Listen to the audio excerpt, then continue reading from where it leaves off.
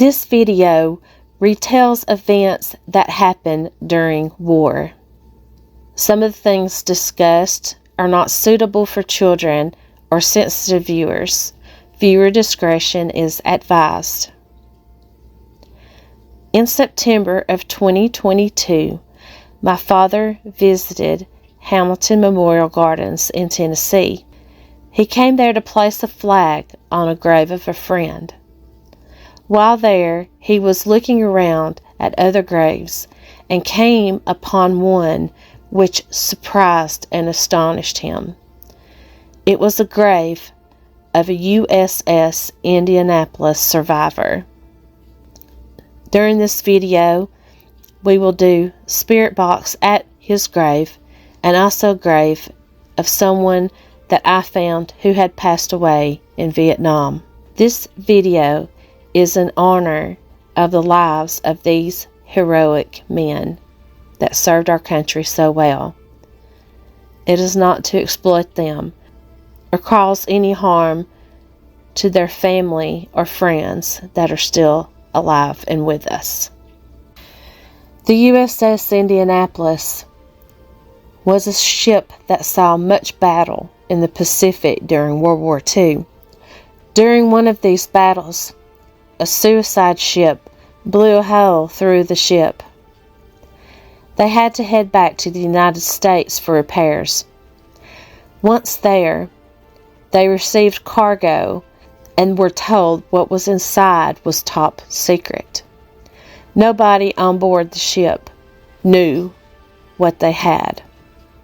They were told to go directly to Guam to drop off this cargo. The ship sped at top notch to get to their destination. Unbeknownst to them, what they had on board was the nuclear bomb that bombed Hiroshima and ended the war. After they had dropped off their cargo, they were to head back to the Pacific and back to the fighting. But along the way, a Japanese sub spotted them. They were torpedoed twice, and within 12 minutes, the ship had sunk. Those that were brave enough to have survived this horrific sinking were now left in the waters of this deep ocean and were quickly surrounded by sharks. These sailors saw their friends being eaten or maimed. They spent 4 days in the water without food or drink. Some became so thirsty that they began to drink the salt water, which made them crazy. Some thought that their comrade next to them was a Jap, so they would attack them. After all these days, a raft was located and people were starting to get on board it. One gentleman, whose story is linked down below, I highly recommend you listen to it after this video, was able to find a wooden container with old potatoes in it, and some of them were to eat that to help survive. Finally, a plane came down and was able to put souls on board until further help could come. This was the worst and most tragic naval disaster in American history that is still being talked about to this day.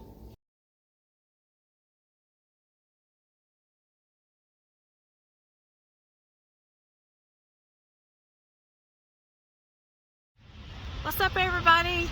I'm here with my dad and we're at Hamilton Memorial Gardens, and Dad's got some stuff he wants us to check out here, so let's do this.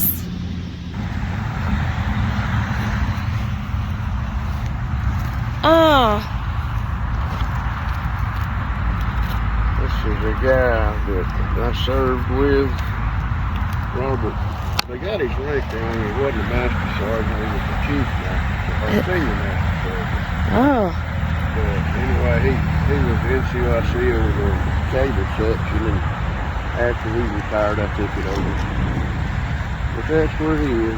He had a full military. There's a Jennifer Fulgham. Is that his wife? She was born in 1936. He was born in 35. There's another Robert Fulgham. This is his son. Yeah.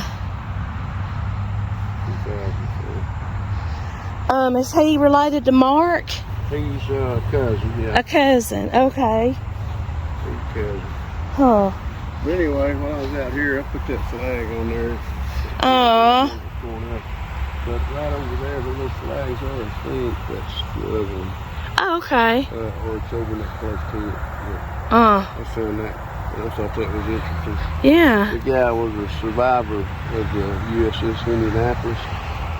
And what happened there, they went on a secret mission, and only the captain knew what their mission was. And it was so secret they had no escort. They were sailing along, which is highly unusual. And they went their mission was to deliver the atomic bomb that destroyed Hiroshima. And they went to Tinian Island, dropped the bomb off, and they left. Of course, nobody on the ship, they still didn't know what they were doing, what their mission had been. And on the way back, they were torpedoed by a Japanese submarine. And there was like 1,200 men, a little over 1,200, or a little less than 1,200 men in the ship. Something like a little over 300 of them died in the sinking, and 860 went in the water. Well, by the time the sharks got done with them, there was only about 300 left. So 2/3 of them were killed by sharks. It was the worst shark attack of the war, probably if anything. So this man was one out of 300. He was the survivors. He was one of 300 that survived. And I read something on it just today, and I think there's 2 survivors left alive today. Really? Out of the 300. But the captain was court-martialed. He survived, and he was court-martialed because he wasn't zigzagging. But the Japanese captain of the submarine who sank him said it wouldn't have mattered. It wouldn't make any difference if he had been or not. Yeah. Anyway, And then you said he committed suicide later. He committed suicide later. And then they pardoned him post-mortally, however you say it, post-mostly or whatever. Post-death. Post-mortem. Yeah. Anyway, he's right over here. Okay. Oh, grab my speaker.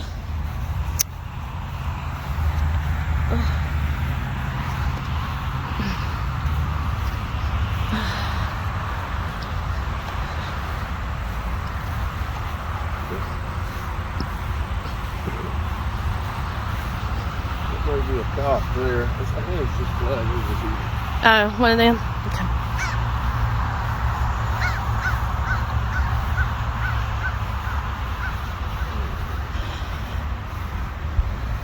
Oh, here comes the rain. We're fixing to get wet.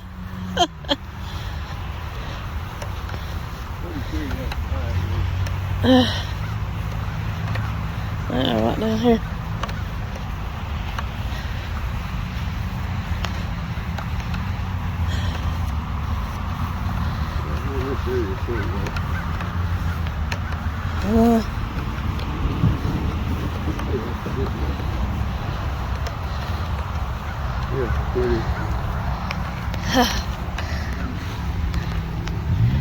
Lewis Irwin Sr., my family, and Dad put this flag out here for him. No, I didn't put it. You didn't? Oh, for your friend.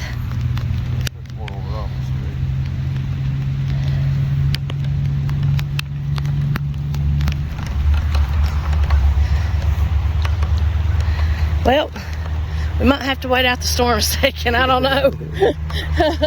Might have to wait it out. Get under that tree or something. You think we'll get struck by lightning if we get under the tree?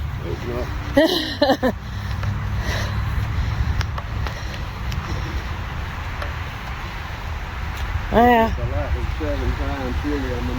I know, right? You don't know. Dad's literally been hit by lightning 7 times. And you know, I've seen so much online about people that have been hit by lightning like that, and they said that makes them crazy. No, that it's just so unusual. They had one woman that was hit by lightning only twice, and they did a big story about her. Yeah. They don't know about you. I wasn't hit directly. I mean, it came through the wire and knocked me back and things like But that. like, yeah. But they say that how do I word it? sometimes electricity, sometimes people just draw electricity to them. Yeah. Oh my goodness, it's coming a flood. Whew. Whew.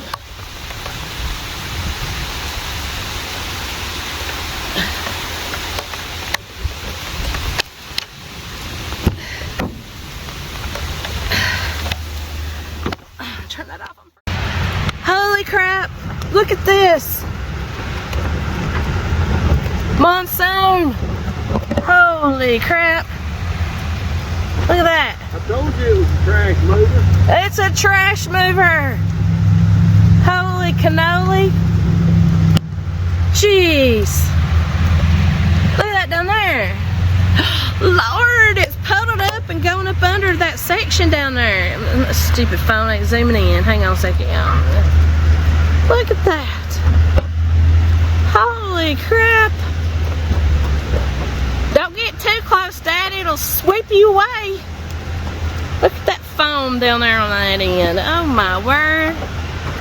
And this was just from just a few minutes. It's Chattanooga for you guys. That's why they got an underground Chattanooga now, because Chattanooga used to flood all the freaking time, dude. This feller's grave. So Dad thinks that, and it makes sense, there's a big hill right up there. He thinks that water ran off that hill and down here. You can see the road's underwater there. Whew, I'm gonna grab my bag. We're gonna keep trekking. It almost flooded their entryway into that house.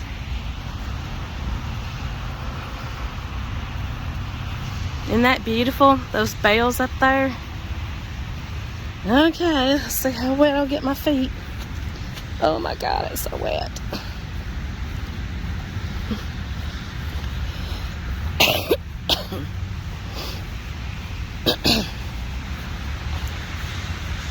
So if you want to find this guy, you'll walk up the steps there, up this walkway, look for this magnolia tree here, and he's right over here.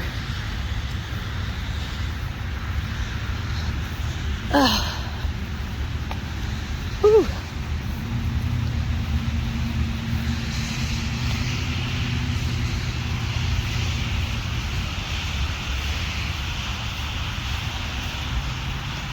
Kaiser. Oh, Kaiser belongs to that person. Okay. So,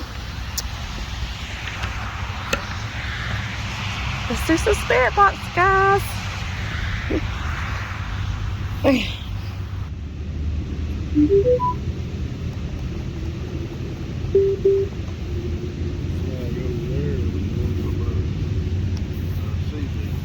CD? CB, yeah. See what? CB, they call them CBs. What's that? Navy construction. Oh. I almost joined the CBs. What was Let me back this up because that...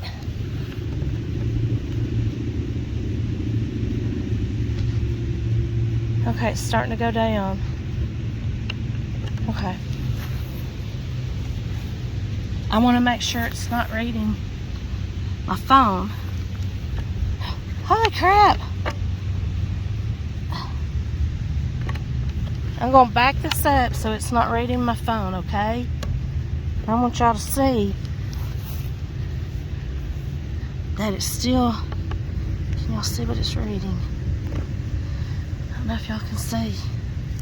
0.2, it's been going up to 10. And I got the ball. Do you want to ask the questions? He ain't listening to me. Hello, Mr. Irwin. My name is Jessie. I mean no harm or disrespect. My dad came across your grave the other day. He's the one with me. And we wanted to see if you would be willing to speak to us and tell us your story of being in World War II and what it was like surviving the Indianapolis. Oh, wow. I was fixing to say you can touch the antenna, but you've already figured that out. There's also that ball over there you can roll if you want to, but feel free to touch my antenna. Oh wow, look at it. Dad's missing out. He walked away. Thank you for doing that. Thank you very much. Can you make the millimeter go up to a 1? Or can you touch the antenna again? Well, it went to a 0.1. It's going up, 0.2, 0.5, 9, 8, 7, 2.1. Great. Ooh.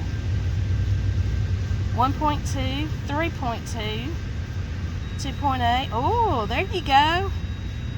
You're doing a great job. Thank you.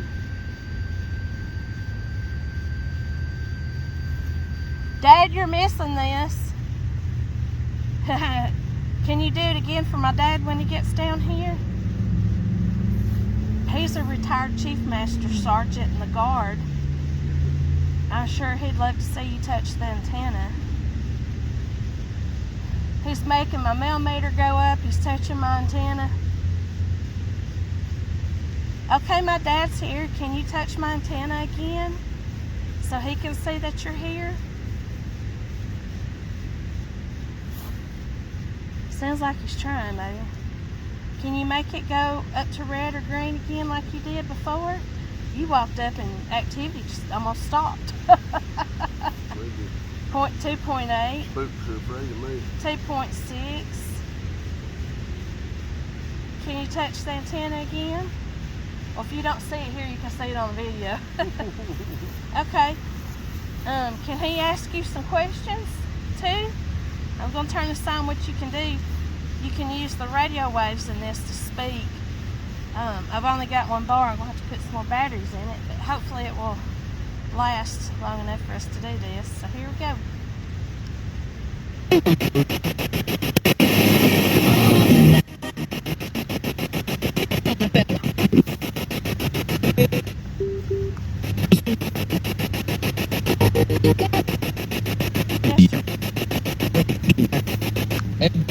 Hey, Lewis, are you here with us?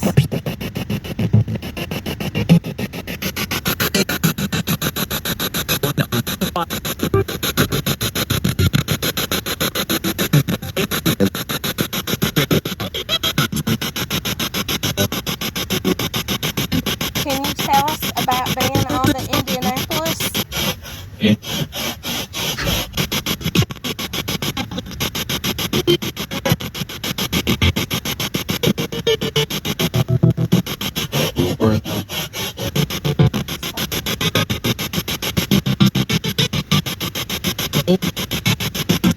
Hello?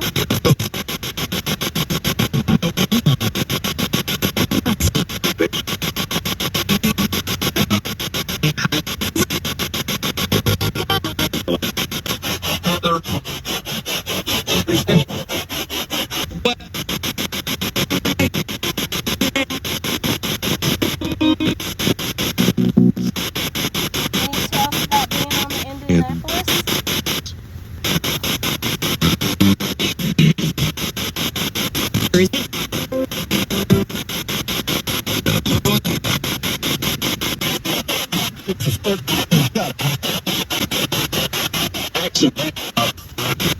Accidents?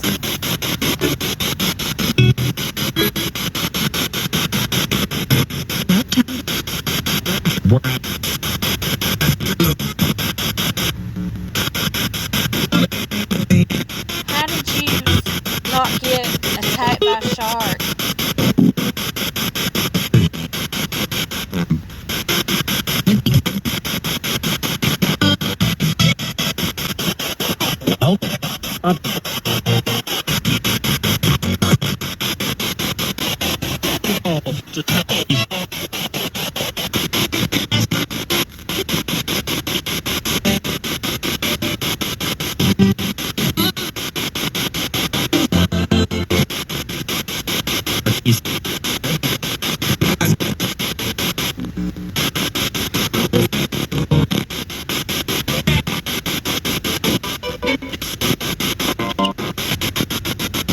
How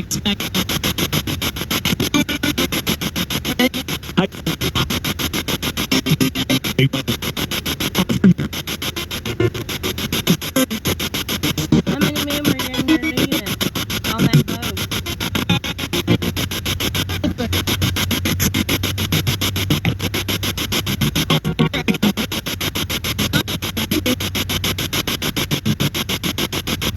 I'm going to try something else. This is the necrophonic session. I'm going to move out of the way a minute. Can you touch my antenna one more time? Let me know you're here.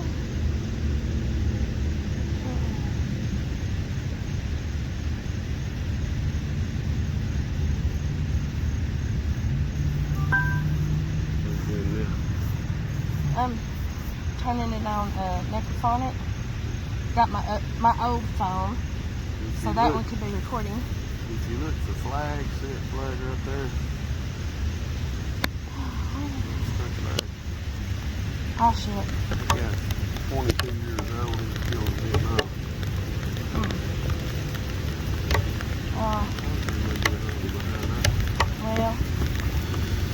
Well, look. Now he's gonna make it go after me.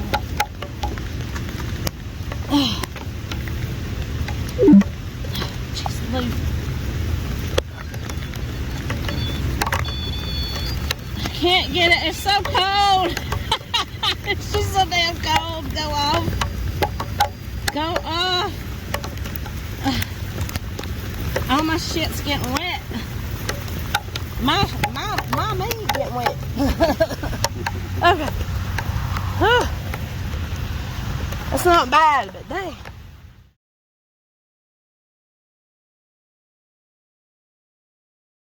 Lewis Harold Irwin Sr. went by the name K.O. His bio is written thusly. He was 93, a long life resident of East Ridge, Tennessee. Has joined his wife Thelma of 62 years and his shipmates gone before him on heaven's golden shores. K.O.'s wife was the love of his life, and theirs was a true love story. Mr. Irwin is survived by son and daughter. Mr. Irwin also leaves behind 4 grandchildren, 5 great-grandchildren, 3 sisters, 2 brothers, and various nieces and nephews. As with most families in the 30s and 40s, K.O. grew up on a hard-working farm with his family, including his brother Tom. In 1942, at the young age of 17, he made a fateful decision to go find his brother, who had joined the Marines earlier. He never would have imagined that this decision would impact his life in such an enormous way. Coxswain Irwin's orders were to board the flagship USS Indianapolis, and during his brave tenure, earned 8 battle stars prior to the last fateful voyage. On July 6, 1945, at the age of 20, Coxswain Irwin, along with 1,196 shipmates on the USS Indianapolis, departed the San Francisco Hunters Point Naval Shipyard on a top-secret mission. The mission was the delivery of major bomb components and the enriched uranium to the Tinian Islands for the atomic bomb Little Boy, which was dropped on Hiroshima.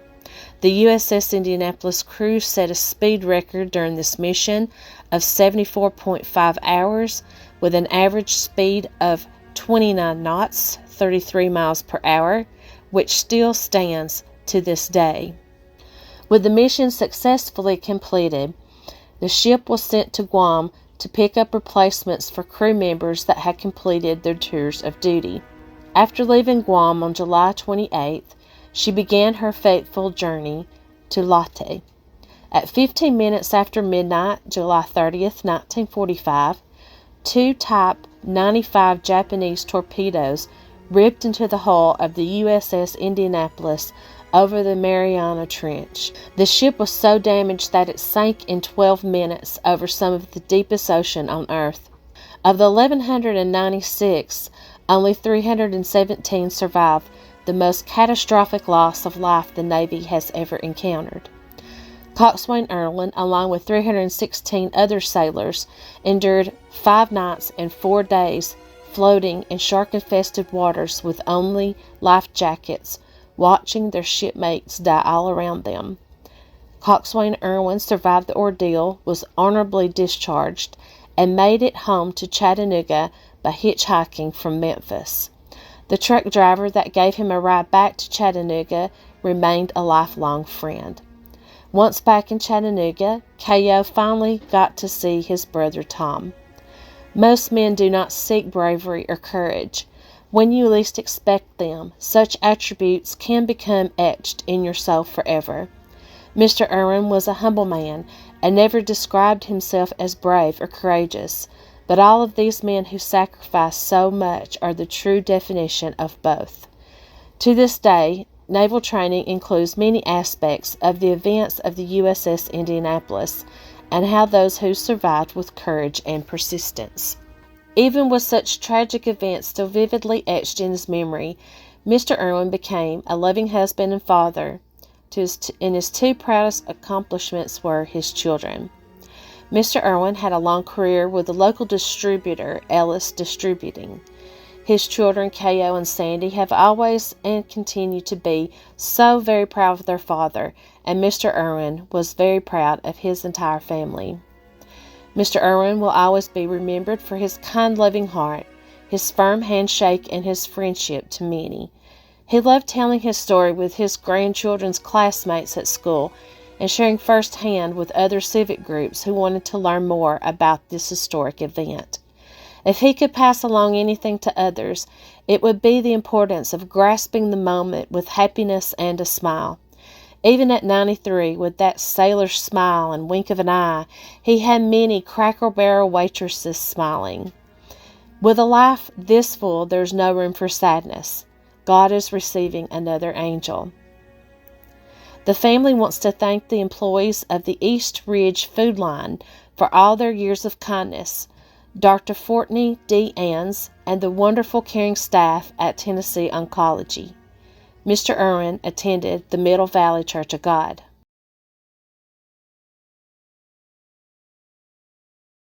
Okay.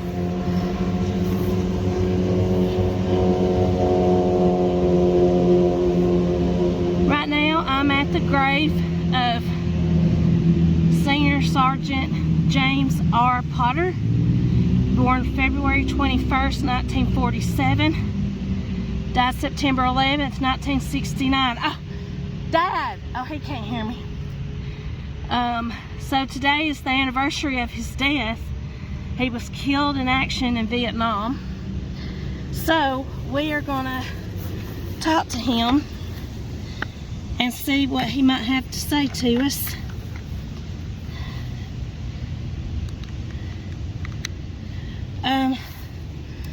Sergeant Potter, my name is Jessie. I mean no harm or disrespect. I'm just here to see if you'd like to speak to us about your time in Vietnam. We thank you for your service. We know that. Hello.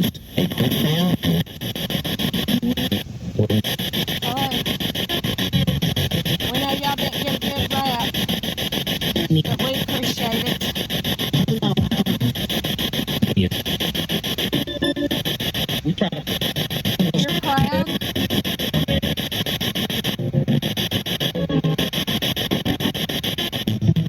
Can you tell me where you were killed at in Vietnam?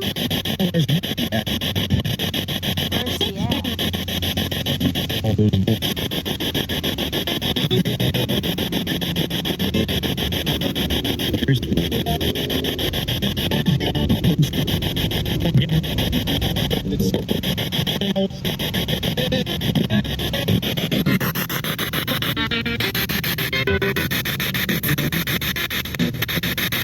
pass away?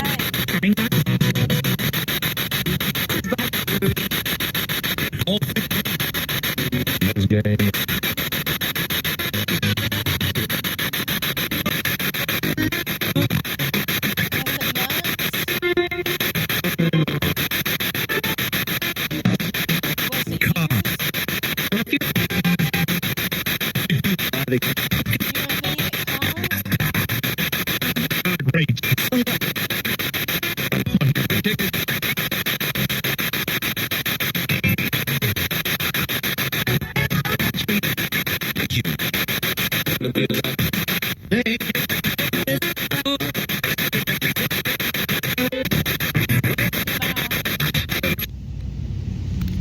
lot to say.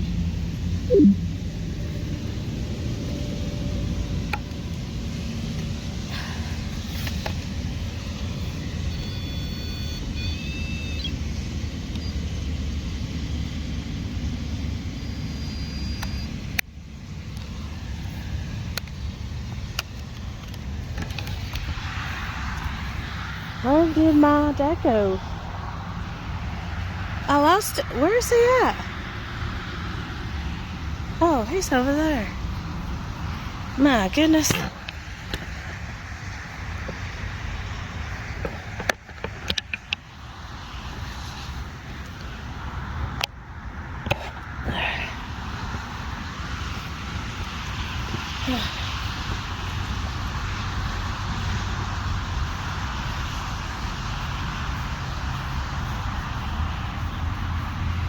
Potatoes.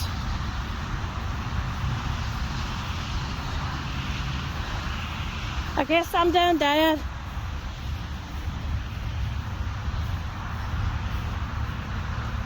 Today's the anniversary. Oh, you okay? Today's the anniversary of that man's death. He died September 11th, 1969. I was hollering at you, but you done gone too far. I was like, wow, this is the anniversary of his death. I thought that was pretty wild. Really? Airman, third class Air Force. I never heard of airman third class. Huh. Second class is all I've ever heard of. Here comes Big Daddy. This one's going to be a snorter.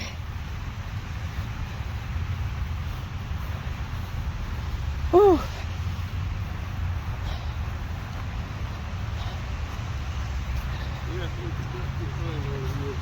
Oh yeah, this is going to be big for what it looked like on the map, the radar there.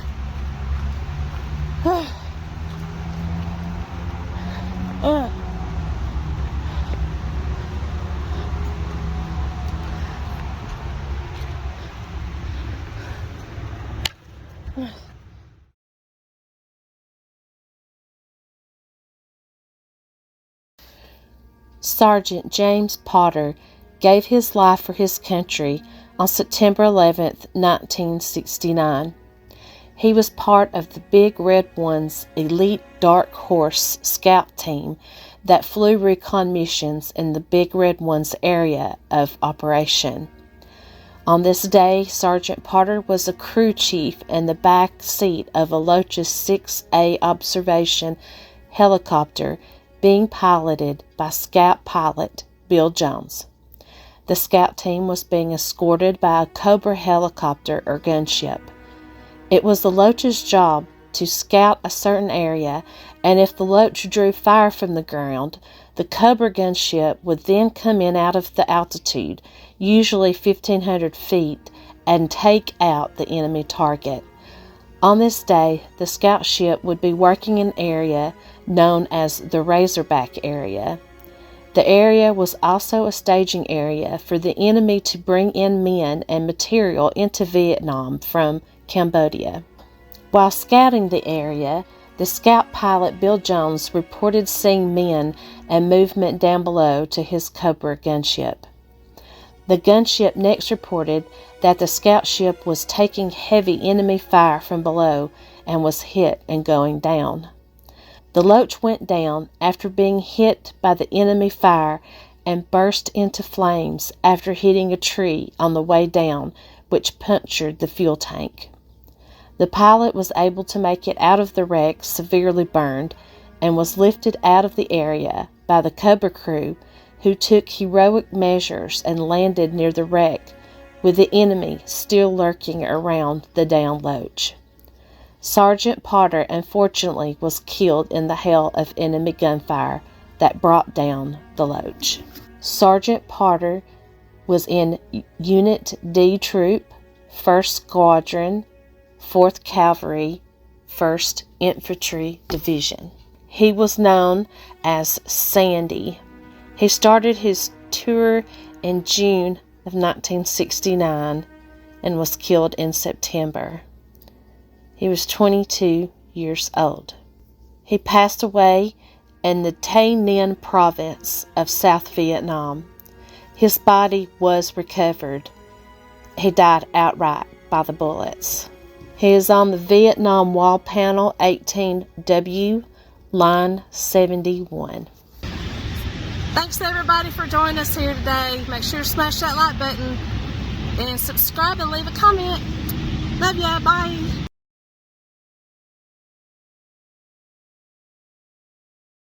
Let's do this. And I'm gonna do my outro. You go what? My outro. What's an outro? When you go out. Oh. You say hello when you go in and do an outro when you go out. I'm gonna learn Batty today.